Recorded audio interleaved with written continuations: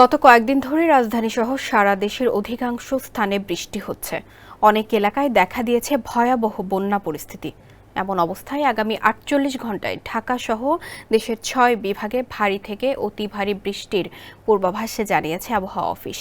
বৃহস্পতিবার আবহাওয়া অফিসের সতর্ক বার্তায় জানানো হয়, সক্রিয় মৌসুমি বায়ুর প্রভাবে ঢাকা, ময়মনসিংহ, খুলনা, বরিশাল, চট্টগ্রাম ও সিলেট বিভাগের কোথাও কোথাও বৃহস্পতিবার সকাল থেকে পরবর্তী ৪৮ ঘণ্টায় ভারী থেকে অতি ভারী বৃষ্টি হতে পারে।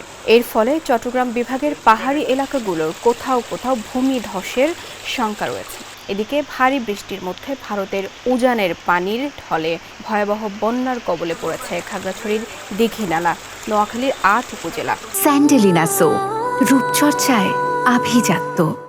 ব্রাহ্মণবাড়িয়ার আখাউড়া ও কসবা, রাঙামাটির সাজেক, কুমিল্লা, ফেনী, মৌলভীবাজারের ২টি উপজেলা, চট্টগ্রামের মীরসরাই, চাঁদপুর, সিলেট ও হবিগঞ্জের বিভিন্ন এলাকা। পাহাড়ি ঢলে হাঁটু পানিতে তলিয়ে গেছে ঢাকা চট্টগ্রাম মহাসড়কের কুমিল্লার ১৪ গ্রাম।